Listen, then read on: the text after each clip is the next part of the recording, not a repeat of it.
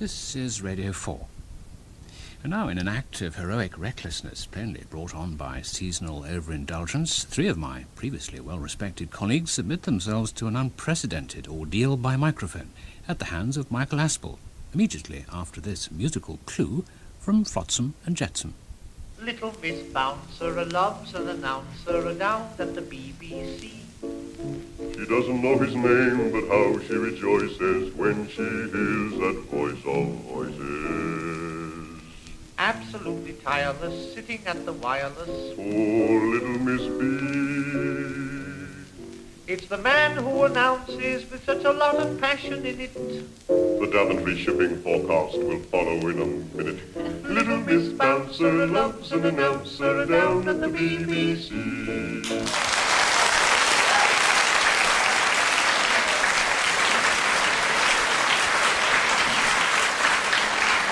Thank you very much, and welcome to the first and quite possibly the last knockout contest in which BBC announcers do battle for the honour of their respective radio networks. We've spent the last 20 minutes scouring the pubs of London to find our two teams, who are Eugene Fraser, Laurie MacMillan and Charlotte Green from Radio 4 versus Radio 2's Patrick Lunt, Gene Challis and Steve Madden.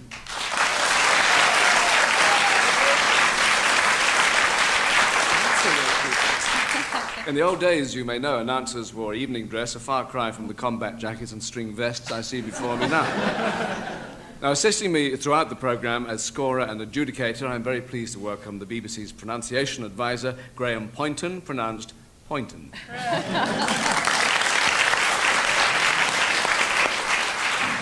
Let me explain the contest. We have various rounds, all based on the qualities which announcers bring to the microphone. They're not just mellifluous voices, you know. This job requires intelligence, stamina, and a way with animals. Now, between the rounds, we'll be asking team members about those rare occasions when things didn't quite go the way they were planned, and I'll award the odd point here and there for any particularly toe-curling yarns. Let's have a prime example from Eugene Fraser, the pride of Radio 4. Well, as the man who once referred to the A11 in Suffolk as the All,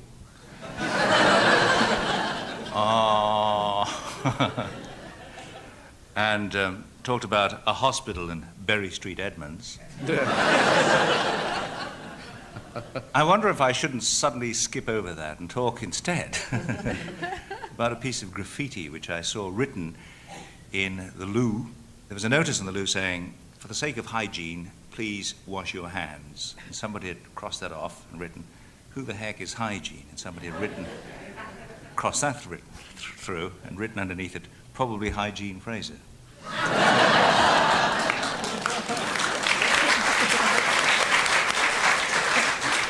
Well, I had to offer the maximum of 5 points for that, and I think that's worth a very good 4.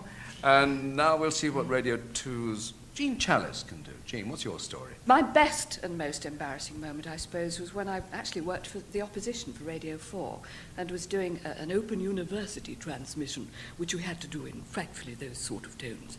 And I sort of was asleep during the programme because I didn't understand it. It was about linear things or something. But I had to back announce it, and there was a professor who had been presenting the programme whose name I had to say, and it obviously tickled me while I was saying it, because I said, that programme was presented by Professor Ray Zaha.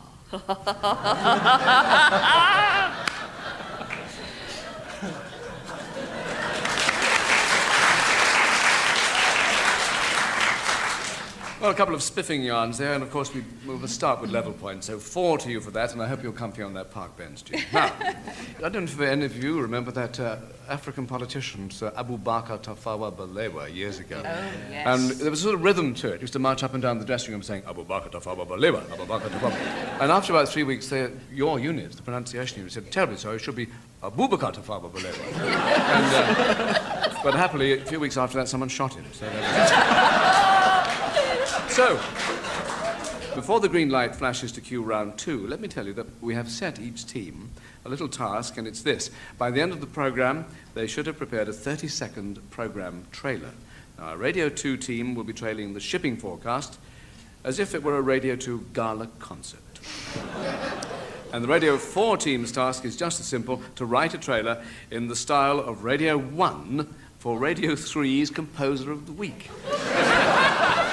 But I have a bit of helpful information. The composer in question is Edward Elgar. So that's easy peasy, and that's a treat for later on. Now we ask the teams to pick up their buzzers and bells to see how well they know radio voices from the past. Now, have a listen to this, teams. At the present moment, the whole fleet is lit up. When I say lit up, I mean lit up by fairy lamps.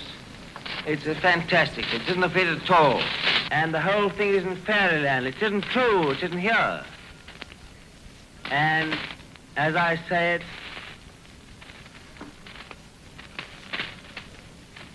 it's gone. It's gone. There's no fleet. It's disappeared.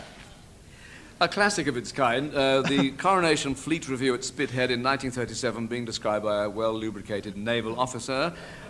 For 2 points, who will tell me his name? Oh, the Radio 4 got there first, I think. Tommy Woodruff. Tommy Woodruff, yes. Lieutenant Commander Tommy Woodruff, indeed. Shall I tell you, those who may not know the details of that, he was broadcasting from HMS Nelson. What the BBC didn't know at the time was that HMS Nelson was Woodruff's old ship. And he'd been down in the wardroom with the lads just before he was going on the air. And for many years afterwards, the recording lay in the Sound Archives restricted section with the big red label, "Do Not Broadcast." So, 2 points there. Now here is a familiar voice, I hope, from the 1960s in an unfamiliar setting. Nobody loves a fairy when she's 40. 40? Round the edges, 40. Nobody loves a fairy when she's old. Oh, it's a disgrace letting an announcer sing when there's talented artists like us waiting about, waiting. I could have done Drake's drum with gestures. Yes, Oh, let him get on with it or he'll turn surly. But it's a disgrace. I mean, there's Hugh kept hanging about here wasting his time. He could have been putting his broccoli in. Yes.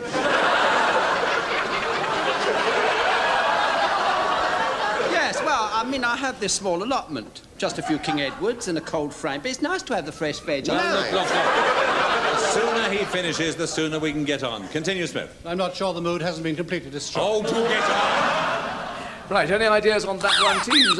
Yes, Radio 2 got there first. We think Dougie Smith. Yes.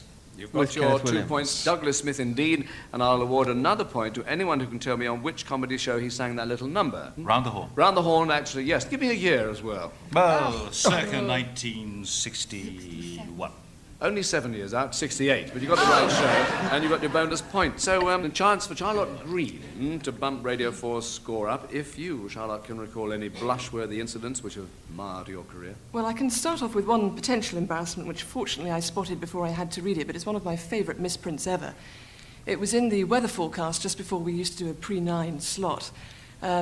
What it should have said on the little piece of paper was there'll be very heavy snow showers, which fortunately I read. But in fact, it was printed as there'll be very heavy snot showers. But the one where I did fall down was on a midnight news. I was feeling very tired. The brain wasn't exactly engaged, and the cue was quite a serious story, and it said that the Pope has issued a condemnation of all forms of birth control. And unfortunately, I sat there and read, the Pope has issued a condemnation.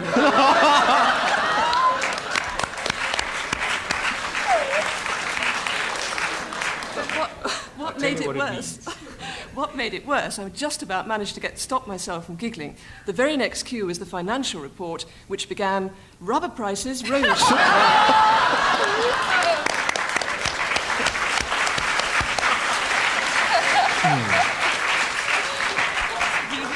Oh, if only I knew what you were talking about. Well, it's a maximum of 5. That was so funny, it's so topical. I'm going to give you 6 for that. So, Steve Madden at Radio 2. Follow that. Recall any disasters that still keep you up at night? Something that I think we're all familiar with is the idea that during the course of reading the news, we will be presented with something we've not seen that contains a large number of difficult names. And indeed, this is a standing joke. People say to you, OK, Steve, in you go. We're coming in with something. It's a coup in Bolivia. Nothing to worry about, maybe a few names. And you say, ha, ha, very funny. This actually happened to me when I was very young and very new at the World Service. I was reading the 2 o'clock in the afternoon World News, and a little person came in and crawled in around past the desk while I was reading away. about 4 minutes into a 9-minute news, and pushed this piece of paper up to me. And when I got to the middle of the news, where you say, this news comes to you in the World Service of the BBC, I just had a glance to see what it was. And out of the corner of my eye, I saw, in Tokyo, the new Japanese cabinet has just been announced. So I thought, well, right, well, maybe we'll run out of time for that one, but no, we didn't. And I had to read a very long list. There were about 10 names, all Japanese, and all... well, I did what I could with them. Let's put it like that. So I don't know how it actually sounded when it got back to Japan. I don't know what the Japanese made of my version of their names. Probably I was saying things like, the new Minister without portfolio is Mr. Aircraft Hanger. Because in those circumstances, you can only take a stab at it. So thanks very much to the Bush House newsroom. Yes, the announcer's dilemma. That's a good 4-pointer, I reckon. That thing about mistakes and scripts that are given to you, I remember they used to do that to me when I did the Today programme at weekends here, and they used to write anagrams of the names of the people I had to introduce. And Vic Walters was the weatherman, and there before me was this announcement which said, "Now for the weather from Vital Screw." So, we will move on now to a round in which we pair off members of opposing teams and challenge their expertise. So first of all, Patrick Lunt for Radio 2, and Eugene Fraser for Radio 4. Patrick, in front of you, I do hope there's an envelope. If you open it, you will find inside the first verse of a well-known lyric. All you have to do is read it aloud, or you could sing it, but you must complete it within 10 seconds to gain 10 points. And we shall deduct a point for every second you're over and every slip-up that you make. So with your remaining strength, rip that open. When you're ready, steady, go. I am the very model of a modern Major General. I have information, vegetable, animal, and mineral. I know the kings of England, and I quote the fights historical. From Marathon to Waterloo in order categorical. I'm very well acquainted, too, with matters mathematical. I understand equations both simple and quadratical. Good Lord.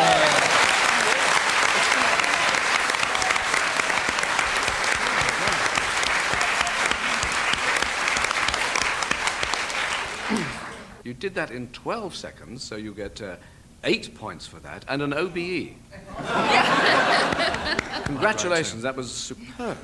Now, on to you, Eugene, and you have to complete the lyric that Patrick started. You have 10 seconds to do it in, possible 10 points to win. Off you go. About binomial theorem, I'm teeming with a lot of news with many cheerful facts about the square and the hypotenuse. I'm good at integral and differential calculus. I know the scientific names of being animal calculus. In short, it matters vegetable, animal, and mineral. I'm the very modern of a modern James General.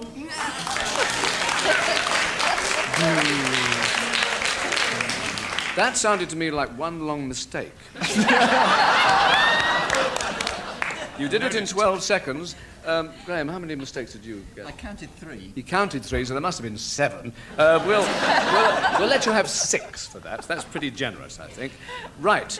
One last pair, a right pair, Steve Madden from Radio 2 and, of course, Charlotte Green from Radio 4. Simple task. It's all about signature tunes and jingles. And speaking of jingles, I'll digress a moment. Not long ago, an American company made one up for my Radio 2 show. Michael Aspel. Haunting melody. That is the way... that's the way it sounds on the air, but when the tape arrived in the United States, of course, the American singers, not knowing who the heck I am, thought they'd do what they thought was an English version. They decided the A in Aspel should be a long, drawn-up one, so it came out like this. Michael Aspel. Well, it's a matter of opinion, I suppose. So, back to the pairs round, and Steve Madden, for a possible 5 points, Steve, I'd like you to sing me the signature tune of Radio 4's PM programme. And before you start, let me tell you, as you may know, that over the last few months they have changed it. But I shall accept either the old or the new signature tune, but not both at the same time. We aren't trained in first aid. Right. In your own time? This is rather tricky because I haven't yet got used to the new one, but I've now forgotten the old one. So, let's invent one. It goes dum-diddy-dum, diddy-dum, diddy-dum, dum-dum-dum-dum-dum, dum-dum, dum-dum-dum-dum. How about that? Yes, curious. How about that? Right, it's cotton wool out, everybody. We'll award Steve... Lord, how many points? Let's remind ourselves, first of all, of the true version.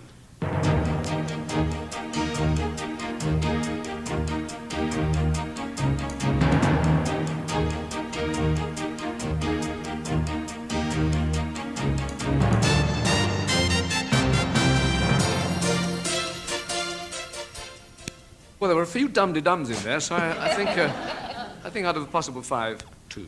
That's pretty good, isn't it? Now, Charlotte, Radio 4, your task is to sing us the signature tune of Jimmy Young's Radio 2 programme. Well, I ought to apologise before the awful sound beforehand, but I think it goes something like this.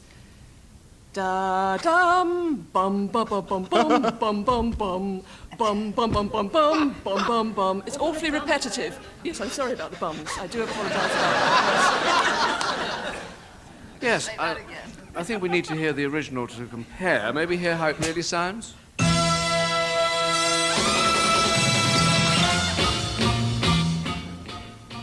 Weren't many bums in there. I think they're coming up. Oh, those are the bums, yes. I do prefer your version. So at the end of that round, if Graham's got those scores ready, let's see how we've got on. Radio 2, 30. Radio 4, 34. Trailing down. A chance for Patrick Lunt to bump up Radio 2's score if he can recall a particularly embarrassing story for us. The BBC Broadcasting House is an absolute maze. It's worse than the old proverbial labyrinth.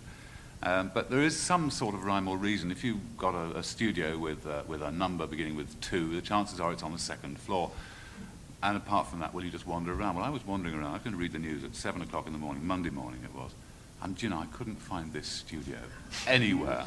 I was clutching the news to my bosom, so that nobody else could read it, even if they'd wanted to. Wandering around, you know, I found that studio with 20 seconds to spare. A hair-raising story. Not funny, though. But it's still worth 4 points. Yes, thank you very much. Right, Laurie MacMillan, when did you last break into a sweat behind the microphone? I don't mean to pry into your personal life. Well, it's on average about once a day, really. Probably the most odd thing that ever happened to me happened 2 consecutive days running when I was sitting across a table from Robin Day, just call him Sir, and he looked up and he said, this is the world at 1, we're going to do these stories in this programme, and he looked up and he said, and the news will be read by Brian Perkins. So I thought, well, what's the name? I'll just carry on.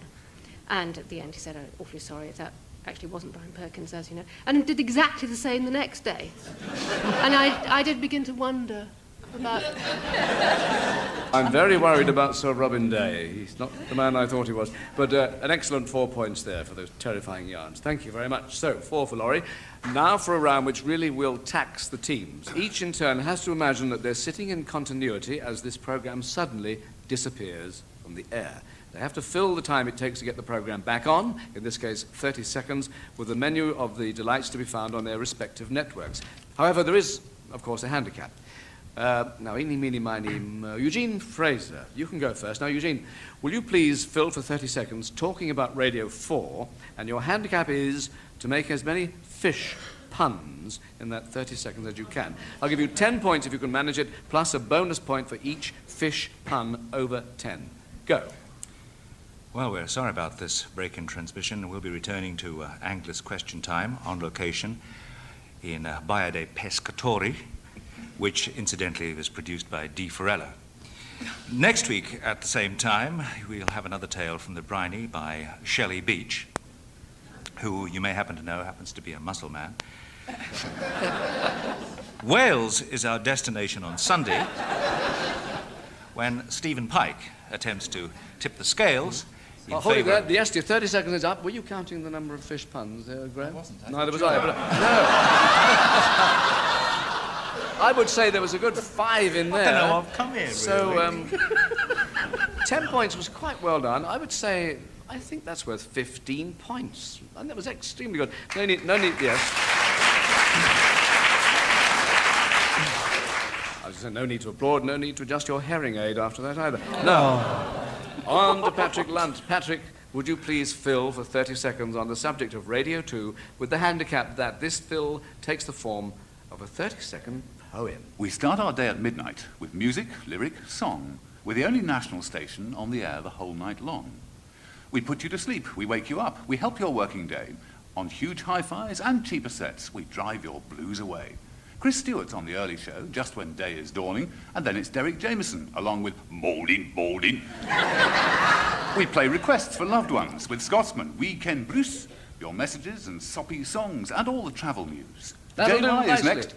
Oh, but there's more. There's more? What a pity. But thank you very much. What rhymes with rubbish? I can't... I could almost have thought you had prior warning about that question. It's extraordinary the way you did it. Extremely good, and another 15 points for that. Congratulations. What a lot of homely fun. Now, Laurie, MacMillan, a breakdown fill from you, please, on the subject of Radio 4, lasting 30 seconds, translating as you go along for the benefit of French listeners. Well, this seems an appropriate moment, perhaps, to welcome our French listeners. Bonjour, mesdames et messieurs, je vous souhaite la bienvenue. This morning we begin with animals. Excuse me. Ce matin, nous commençons avec des animaux. Très anglais, n'est-ce pas?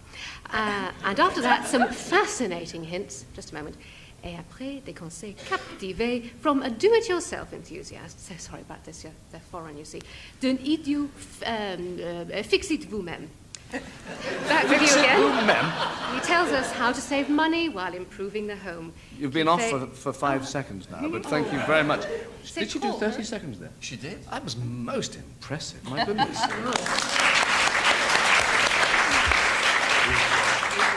Sacre Bleu. That do-it-yourself, is that something you invented, or is it actually that?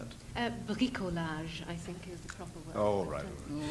In the stress of the moment, you can't come up with it, can you? No, it's difficult, isn't it? It must be another 15 points. I couldn't possibly give less for that. Gene Challis. Here we go, then. 30 seconds, please, to cover with Radio 2 information and sung to the tune of Land of Hope and Glory.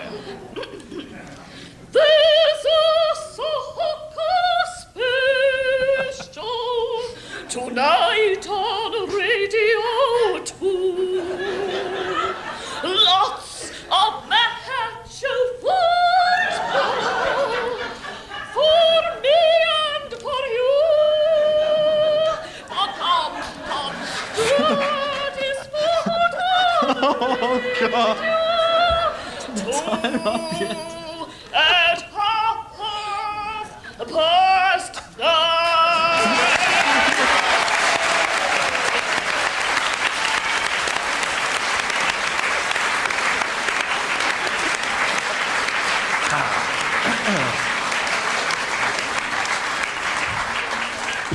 Well, you filled for about a minute and a half there, but I couldn't interrupt. I'd be slung in the tower. You were like a mixture there of Dame Clara Butt and Clara Cluck. But Thank you. Certainly Thank 15 you. points. I think she should dedicate that to the memory of Constance Shacklock, you know. Absolutely. Yes. Oh, yes.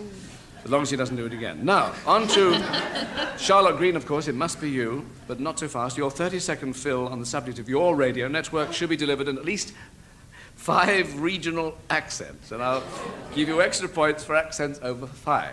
Off you go. At midday, there's a You and Yours special on relationships called We're Chums, Just Chums. At 2:30, there's a wee Scottish play by Shakespeare. I can't tell you the title because it's supposed to be unlucky, but it's all about this geezer with a bossy wife who sleepwalks, and he does dirty things with daggers.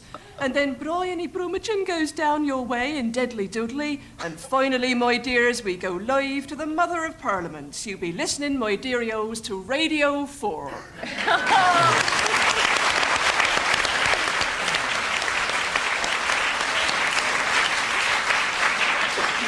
That was a tour de force. I particularly like the Japanese one. But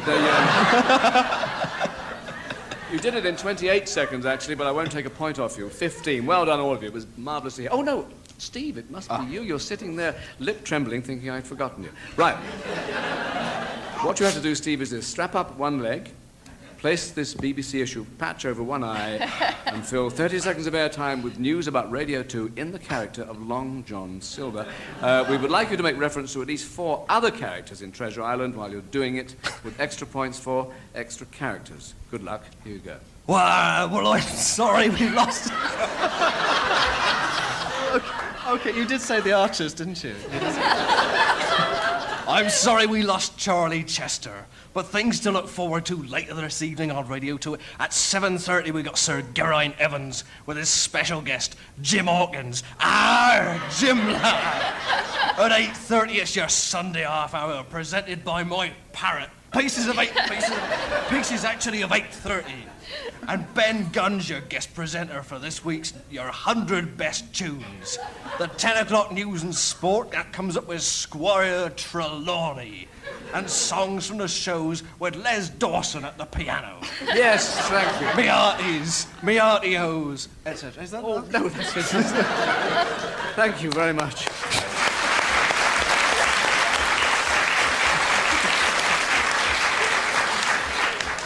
And getting Les Dawson in made your score up to the full 15. Well done, thank you. One and all, I hope you'll all be very happy in your new jobs. Before we give our final scores, we must hear those trails to dissect the teams earlier. First, the Radio 4 team's trail for the Radio 3 Composer of the Week, Sir Edward Elgar, in the style of Radio 1.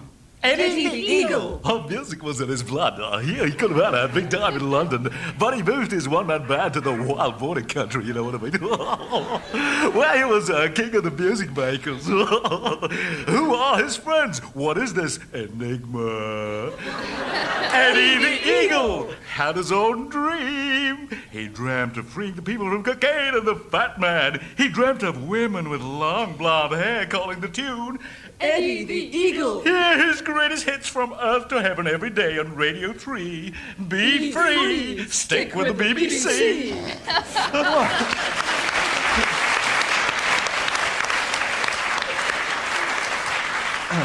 Well, we did ask you, I suppose, yes. It wasn't at all like Radio 1. I understood 4 of those words. But anyway, nice try. And do we give points out of 5? We do on this one. Okay, well, a lot of work went into that. I can't give you less than 1. No,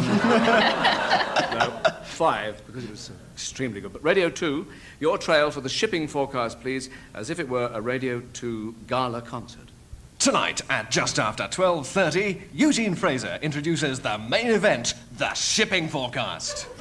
A blow-by-blow account featuring one of the largest wind ensembles in the world. Will include all your favourites, like the Hebrides Overture, Fair Isle You Know, How Much Is That Dogger in the Window, and other familiar tunes you can hum along with, as well as a selection from the 40s. It's blowy, it's blustery, it's wild. Your seatbelt, put it on, fasten it, and join us on the high seas or on Radio 4 for the excitement of our gay old concert tonight and every Lundy night.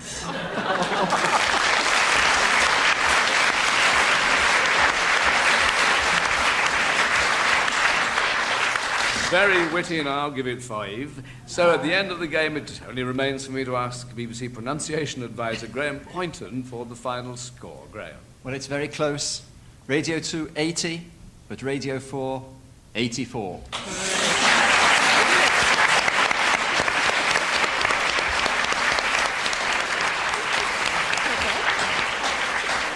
Well, congratulations, winners. The prize is a signed photo of Stuart Hibbard. Hard luck. Hard luck to the losers. An audience, you were truly magnificent sitting through that. In the meantime, from Graham Poynton and our Radio 4 team, Laurie MacMillan, Eugene Fraser, Charlotte Green, and for Radio 2, Patrick Lunt, Jean Challis, and Steve Madden. Well, they got that right. So I must be Michael Aspel. Thank you for joining us on The Announcers Challenge.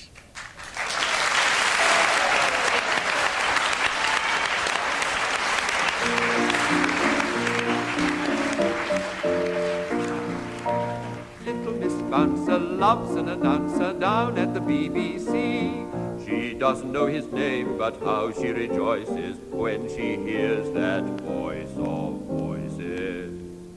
Absolutely tireless, sitting by the wireless, poor little Miss B. It's the fellow who announces with a lot of passion in it. The Daventry shipping forecast will follow in a minute. Little Miss Bouncer loves an announcer down at the BBC. When it put you out of his misery and tell you straight away that yes, that was indeed Richard Baker singing Little Betty Bouncer.